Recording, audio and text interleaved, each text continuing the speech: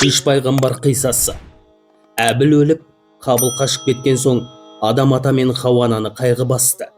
Күндіз түні екі көзінен жас парлап, жылаумен өтті. Алла оларды жұбату үшін бір ұл сыйлады. Есімін Шиш деп қойды. Шиш пайғамбар өте келбетті, ғұлама ғалым еді. Есімінің өзі ғылым үйретуші дегенді білдіретін. Шиш пайғамбар алғаш шариғат үкімдерін реттеп, дін ғылымын жайғандықтан Алла алдында үлкен құрметке ие болды.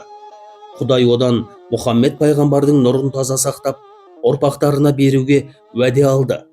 Ол уәде жұмақтағы жібек матаға жақұт қаламмен жазылды.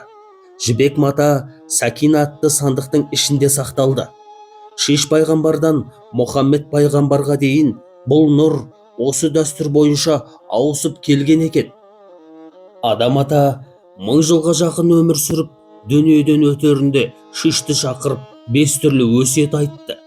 Әй, Шиш, бұл өсиетті жадыңа тоқып, ұрпағыма жеткіз. Бірінші, тілегің ұлық болсын. Жұмақтың рақатына емес, Алланың дидарына ынтық бол.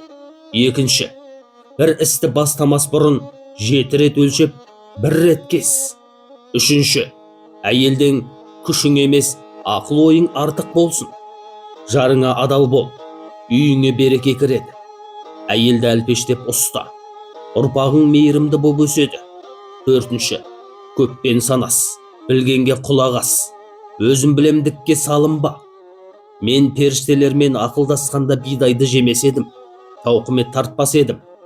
Бесінші, бір іске кез келсең, көңіл сенбе. Мен бидайды жегелі тұрғанда жүрегім қаламады. Анаңның көңілін қимай жей салып едім. Аяғы осындай болды.